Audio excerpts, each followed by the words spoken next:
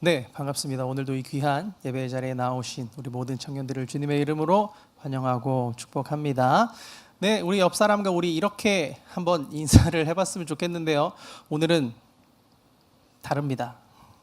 옆에 있는 분들과 이렇게 인사했으면 좋겠습니다. 이따 토론회 때 봐요. 이따 토론회 때 봐요. 네, 옆에 있는 사람 잘 체크를 해주시고요. 이제 앞뒤에 앉아 있는 분들과도 이렇게 인사해 보겠습니다. 토론회 때 꼭 봐요. 토론회 때 꼭 봐요. 네, 다 이야기를 하고 듣고 했으니까 요 인원 그대로 남아 있음. 네, 좋겠습니다. 네. 네, 우리가 얼마 전에 추석을 지났죠. 추석을 지났습니다. 저도 추석 연휴 때 빨간 날이라 잘 쉬고 이렇게 잘 놀고 이렇게 올라왔는데 지금 저희 부모님이 어디 계실까요? 네, 우도에서 올라오셨습니다. 감사합니다. 우도에서 올라오셔가지고요. 이제 육지에 살고 계신데 이제 아버지가 이제 은퇴를 하셨어요. 이제 은퇴를 하시고 일이 좀 일찍 은퇴를 하셨습니다. 일찍 은퇴를 하셔서 이제 두 분 다 이제 육지에 올라오셔서 잘 살고 계시고요. 지금 굉장히 편하게 즐기면서 행복하게 사시려고 애쓰시는 것 같더라고요. 그래서 저도 이제 우도에 관한 이야기를 할 수가 없게 됐습니다. 이제 더 이상 우도를 울거먹을 수 없게 됐고요. 이제 다른 것들을 생각해서 이야기를 한번 해보도록 하겠습니다. 저희 아버지는 목회를 은퇴하셨고요. 어머니는 이제 어린이집을 하셨었는데 어린이집을 정리를 하시고 아니지 정리는 아니고요. 그 시에서 주는 거기 때문에 다른 분들께 이제 드리고 이제 그만두셨고요. 그래서 이제 두 분 다 올라오셔서 굉장히 다양한 삶을 살고 계시는데요. 새벽마다 이제 수영을 가십니다. 새벽마다 아침 일찍 일어나셔가지고 수영 가시고 이제 수영이 끝나면 이제 큰 집이 이제 근처에 있어가지고 큰 집에 이제 농사하러 가시고 농사 끝나면 저녁에 와서 저녁 식사하시고 공원이 하나 있는데요. 공원 산책하시고 그러고 다시 주무시고 요 생활을 계속 반복하시더라고요. 두 분 다 이제 경상도 분이셔서 그 두 분 고향 사이에 딱 알맞게 잘 자리를 잡으셔가지고 다행인 것 같습니다. 저도 그래서 이번에 명절에 추석에 부모님을 뵈러 내려갔어요. 기차를 타고 내려갔는데요. 다행히 기차표가 남아 있는 것들이 있었고 이제 사람들이 잘 안 가는 시간대를 끊어서 이제 편하게 저는 잘 내려갔다가 올라왔습니다. 그래서 이제 부모님께 드릴 선물을 딱 사 들고요. 내려갔는데 2시간 안 걸리더라고요. 1시간 반, 1시간 40분? 동대구까지 내려갔는데 얼마 안 걸렸습니다. 밤늦게 도착을 해서요. 부모님과 마주해야 했는데 부모님이 이제 밤늦게 왔으니까 저를 이제 마중 나와 주셨더라고요. 그래서 이제 같이 차를 타고 아버지가 운전하시고 이제 저와 어머니가 뒤에서 막 이런저런 이야기를 하는데 오랜만에 만나니까 어머니께서 저에게 굉장히 많은 이야기들을 해주시더라고요. 뭐 이런 일도 있었고 저런 일들도 있었고 그래서 이제 뭐 어머니가 이제 실업급여 신청한 이야기 그리고 다음 달 이제 요양보호사 따는 이야기 굉장히 많은 이야기들을 해주셨습니다. 우도에 나와서 그 몇 달 되진 않았는데요. 그 사이에 있었던 일들을 저한테 다 이야기를 해주신 거죠. 그래서 저는 오랜만에 만나서 이런 이야기를 해주시는구나 이렇게 하고요. 그러고 있었는데 그리고 이제 다음날 이제 저녁을 같이 먹었습니다. 저녁을 같이 먹었는데도 아직 이야기가 끝나지 않았어요. 계속 저한테 이야기를 해주시는데 갑자기 아버지께서 이제 썽이 나신 겁니다. 왜 썽이 나셨을까 생각을 했는데 아버지께서 계속 옆에서 투덜투덜 하시는 거예요. 뭐라고 하시는 거냐면 아니 나보고는 어디 가서 이야기하지 말라 하고 이제 평화 내려오면 그런 이야기 하지 말라 그래 놓고서 왜 당신이 그 이야기 다 하고 앉아 있네 이렇게 이야기를 하시는 거죠. 생각해 보니까 이제 엄마가 이야기를 하려고 나보고 이야기하지 말라 그랬구만 뭐 이렇게 하시는 거예요. 엄마가 옆에서 이제 맞다 내가 이야기하려고 말하지 말라 그랬다. 저는 그 모습이 참 웃겼습니다. 그래서 아버지께서 투덜투덜 하시고 성나신 것도 이해됐고요. 엄마는 본인이 이야기하시려고 아버지한테 이야기하지 말아라 하신 거고요. 아버지는 이게 비밀인가 그렇게 싶어서 이제 다르게 아버지는 파악을 하시는 거죠. 어머니는 내가 이야기할 거야 이 의도로 이야기하셨는데 아버지는 다르게 받아들였습니다.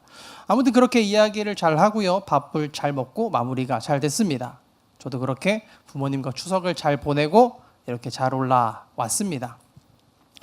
말의 의도를 잘 파악을 해야겠죠. 왜 이런 이야기를 했을까? 이 이야기는 무슨 의미일까? 이런 파악을 잘 해야 하는 것 같습니다. 이런 이야기가 있죠. 한 커플이 이제 거리를 걷다가 여자친구가 남자친구의 그 뚱하게 튀어나온 배를 보면서 이제 그만 좀 먹고 운동을 좀 했으면 좋겠다 싶은 마음에 배가 참 이쁘네 이렇게 이야기를 했는데 마침 타이밍 좋게 남자친구가 눈에는 여자친구 뒤에 있는 마트가 보인 거죠. 그러면서 이제 다음날 여자친구한테 맛있는 배를 사준 뭐 이런 말도 안 되는 이야기가 있습니다. 아마 처음 들어봤을 거예요. 제가 설교를 위해 조금 지어내 봤는데요. 아무튼 뭐 이렇게 말도 안 되는 잘못 알아들은 그런 것들 때문에 한번 이야기를 만들어 봤는데요. 아무튼 서로 다른 것을 보았기 때문에 다른 의도로 그 말이 파악이 된 것 같습니다. 그런데 놀랍게도요. 오늘 말씀이요. 이것과 굉장히 비슷하겠습니다. 오늘 예수님과 예수님의 제자들이 한 대화의 내용이 이와 비슷한데요. 오늘 말씀의 전체적인 내용은 이렇습니다. 지난주에요. 바리새인과 사두개인들이 예수님을 찾아와 수많은 기적을 보여주셨던 예수님이었지만 당신이 하나님의 아들임을 나타내는 표적을 보여달라라고 요구를 했죠. 그리고 그 요구에 예수님께서는 요나의 표적밖에는 보여줄 것이 없다라고 이야기를 하고요. 그 자리를 피하십니다. 이미 바리새인들과 사두개인들은 그 마음속에 완강한 태도를 보이고 있었기 때문에 예수님께서도 더 이야기하실 것이 없었던 것이죠. 그 자리를 피하시고 난 이후의 이야기가 오늘 말씀입니다. 이제 그 자리를 떠나신 예수님께서 제자들에게 말씀하십니다. 오늘 말씀 6절인데요. 우리 함께 읽어보도록 하겠습니다. 예수께서 이르시되 삼가 바리새인과 사두개인들의 누룩을 주의하라 하시니 저 바리새인들과 사두개인들을 조심해야 한다. 저들은 누룩과 같은 존재들이고 그렇기 때문에 너희가 항상 저들을 조심해야 한다 말씀을 하시는 거죠. 그래서 이 예수님의 이 이야기를 듣고요. 제자들이 모여서 갑자기 논의를 하기 시작합니다. 예수님의 말이 과연 무슨 뜻일까? 왜 예수님께서 갑자기 이런 말씀을 하셨을까? 서로 생각하고 고민에 빠집니다. 그런데 여기서요. 제자들은 예수님이 바리새인과 사두개인들을 조심해야 한다라고 하는 이 말을 듣고요. 잘못 이해했습니다. 예수님께서 바리새인과 사두개인들의 누룩을 주의하라 라고 말씀하셨는데요. 제자들은 어디에 꽂혔냐면 누룩에 꽂혔습니다. 생각이 거기에 빠졌어요. 누룩이 뭐냐면 우리가 알고 있듯이 빵을 만들 때 반죽을 발효시키고 빵을 부풀리게 하는 것이 누룩입니다. 여기에 집중을 해버린 거예요.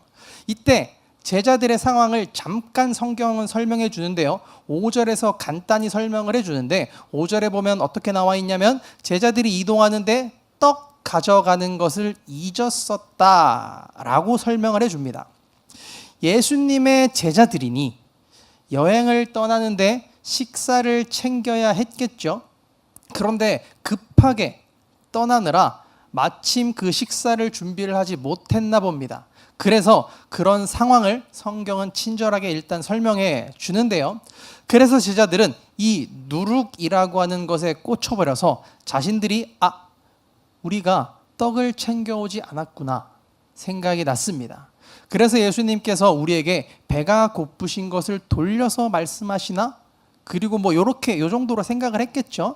그런데 예수님께서 제자들이 이렇게 수근수근 하는 것을 보시고 지금 제자들이 어떤 생각을 하는지 아셨습니다. 그리고 그런 제자들이요. 예수님께서는 참 한심하셨나 봅니다. 8절에 이렇게 말씀을 하시는데요. 우리 8절 다 같이 읽겠습니다. 예수께서 아시고 이르시되 믿음이 작은 자들아 어찌 떡이 없으므로 서로 논의하느냐. 아니 너네 무슨 떡이 없는 것으로 그렇게 지금 수근수근 거리냐. 이 믿음이 적은 것들아. 그리고 계속 말씀하십니다. 너네 지금껏 보지 않았냐. 내가 보리떡 5개로 5,000명을 먹인 사건 너네가 보았을 것이고, 내가 바로 직전에 떡 7개로 4,000명을 먹고 떡이 남아 광주리에 모았던 것을 너희와 내가 경험했고, 너희가 바로 눈앞에서 보지 않았냐? 너네가 나눠주고 너네가 모아오지 않았냐? 지금 내게 떡이 중요하지 않다라고 하는 것을 너희는 왜 모르냐라고 질책하십니다. 예수님께서는 이런 놀라운 일을 행하셨는데 당연히 떡에 관한 말이 아니란 것을 왜 모르냐? 너희 제자들은 왜 모르냐라는 것입니다. 그리고 그렇게 예수님께서 말씀하시고 나서야 제자들은 예수님께서 하신 말씀을 이해하게 됩니다. 12절에 이렇게 기록이 되어 있는데 그제서야 제자들이 떡의 누룩이 아니요 라고 깨닫게 됩니다. 제자들은요, 누룩이라고 하는 그 말에 집중했습니다. 제자들이 누룩을 떡의 재료로만 생각한 나머지 예수님의 그 영적인 말씀을 오해했지요. 제자들이 파악한 누룩은요, 음식, 먹을 것, 육신의 배고픔을 채워줄 양식으로 생각을 했던 겁니다. 그렇다면 예수님께서 하신 그 말씀은 무슨 의미였을까? 성경에서요, 누룩이라고 하는 것은 주로 상징적으로 많이 사용됩니다. 누룩은 곡식을 발효시키는 효모죠. 빵을 발효시키고 부풀리는 데 사용이 됩니다. 그리고 반죽할 때 적은 양의 누룩을 넣습니다. 그리고 그 누룩이 들어간 빵은 원래 반죽보다 훨씬 크게 부풀어 오르죠.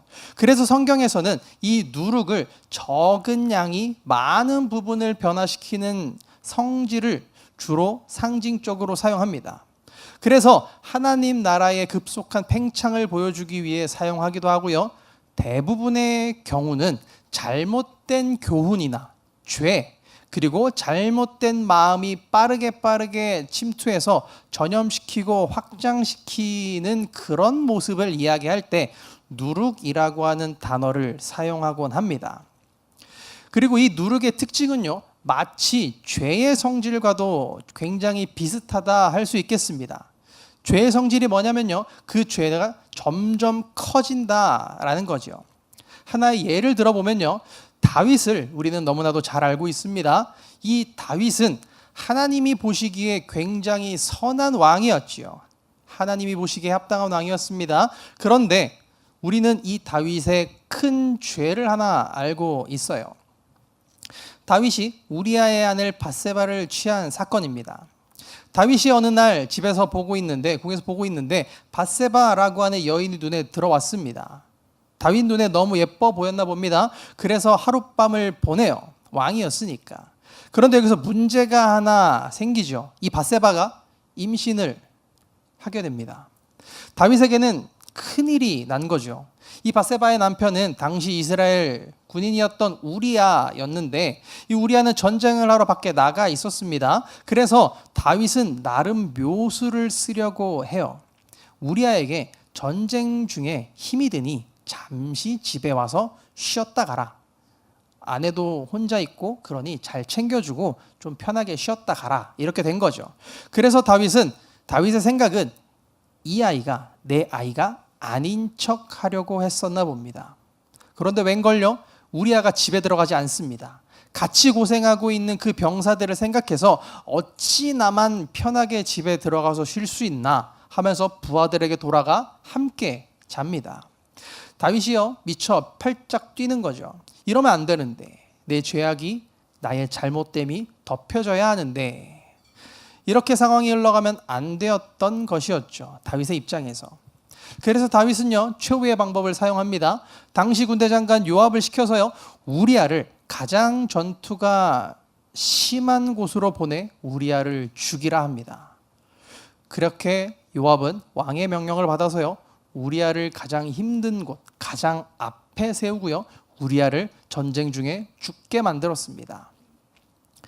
밧세바를 범한 죄악이요, 그곳에 멈춰 있지 않았습니다. 밧세바를 범한 죄악은 결국 한 사람을 죽게 하는 죄악까지 부풀어 오른 것이지요. 이것이 죄의 성질입니다.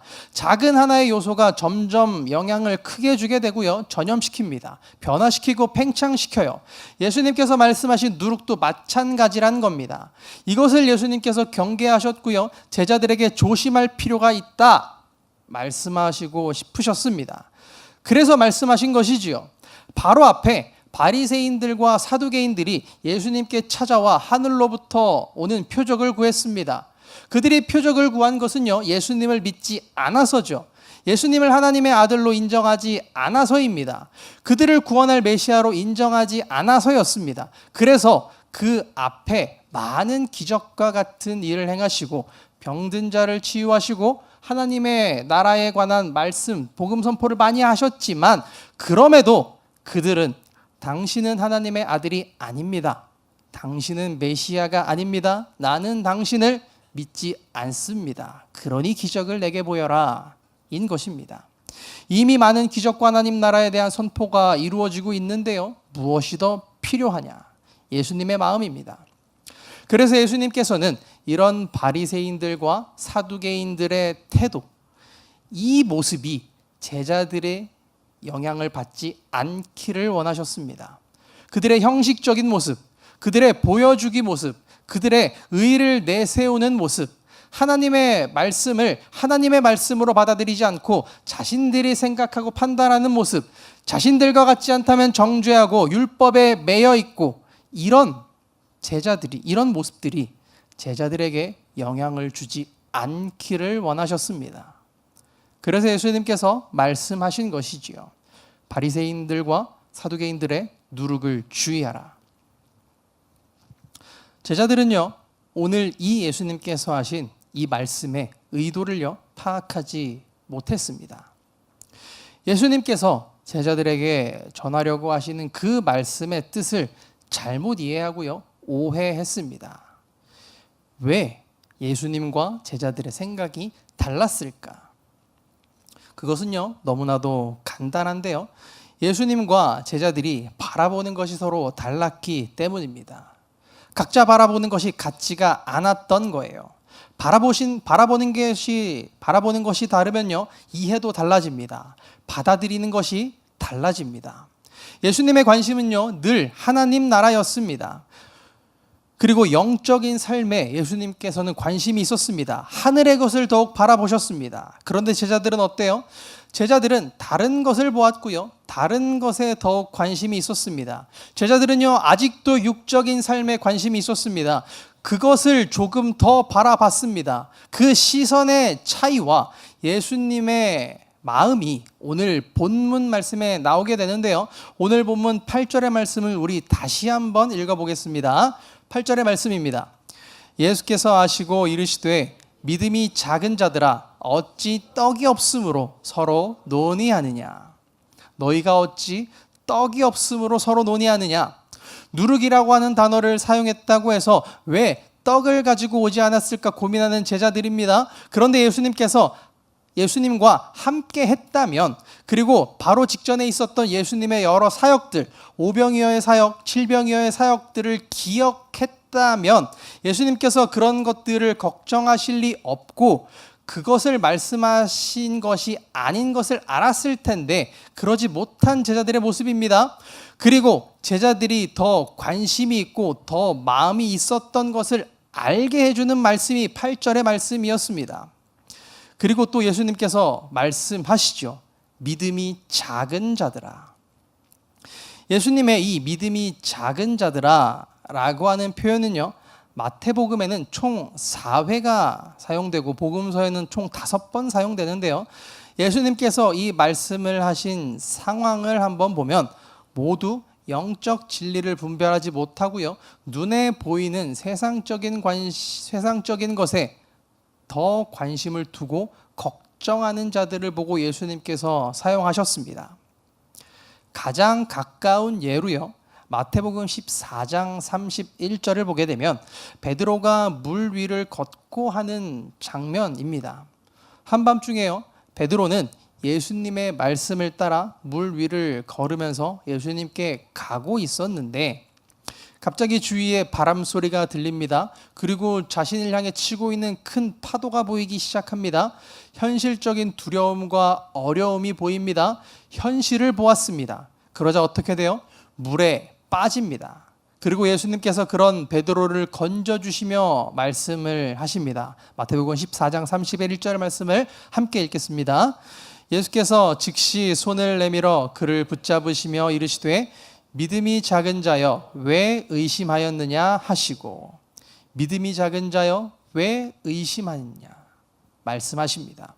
세상의 것에 더욱 눈을 두었을 때 이 표현이 사용이 되는 것입니다.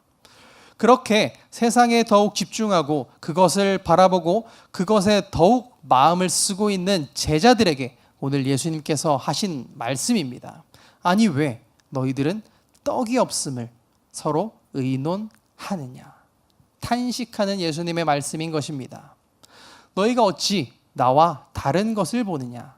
나와 함께 있으면서 그리고 나와 함께 다니면서 나의 시선을 너희들이 보았고 내가 바라보는 것을 다 배우지 않았냐 말씀하시는 겁니다. 제자들이 바라보는 것과 예수님이 바라보는 것이 너무나도 달랐습니다. 즉 그들이 가지고 있는 관심이요 예수님과 달랐습니다. 그들이 가지고 있는 마음이요 달랐습니다. 마태복음 6장 21절에 보면 내 보물이 있는 그곳에는 내 마음도 있다 말씀하십니다. 즉 관심이 있는 곳에 내 마음이 있게 된다라는 것이지요. 그리고 그 마음이 있는 곳에 내 시선이 머물게 되는 것입니다. 제자들이 본 것은 현실적인 상황이었습니다. 음식을 가져오지 않은 그 상황입니다. 세상의 떡, 세상의 가치에 조금 더 관심을 두고 있기에 예수님의 그 말씀에 떡을 생각한 것이지요. 제가 이제 차를 새로 사야 합니다. 새로운 차를 살 생각에 여러 리스트를 만들어 놨습니다. 어느 날 친구와 이야기하며 걷고 있었습니다. 그런데 옆에 내가 리스트에 올려놓은 내가 관심 있는 차가 지나갑니다. 그러면 우리의 시선은 어떻게 돼요? 친구와 이야기하고 있더라도 그 지나가는 차에 내 시선을 빼앗깁니다. 내가 좋아하는 사람과 걷고 있습니다. 그런데 옆에 리스트에 올려놓은 차가 지나가도 내가 좋아하는 사람과 내가 관심 있는 사람과 함께 걷고 있다면 그곳에 시선이 빼앗기지 않습니다. 어디에 마음이 더 있는가입니다. 지금 우리는 어떻습니까? 지금 우리는 교회에 나와 앉아 있습니다.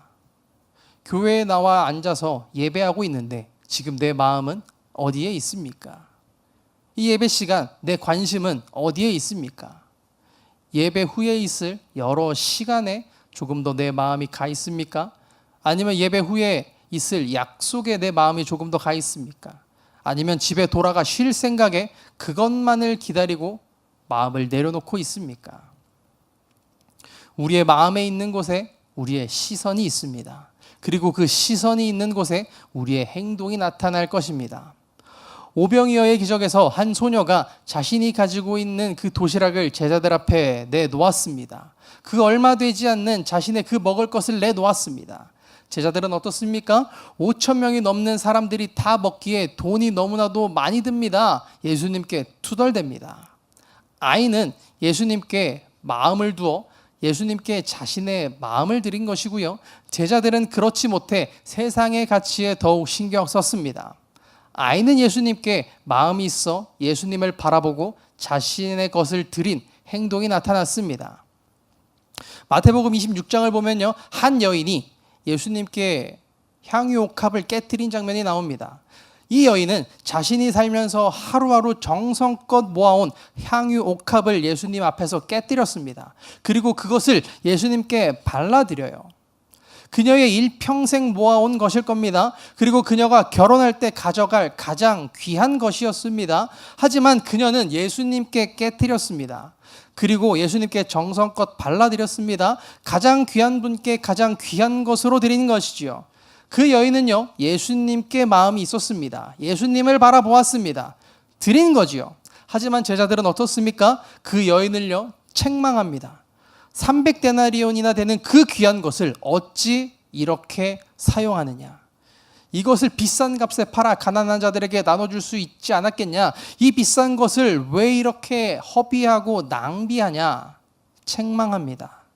제자들은요, 한결같습니다.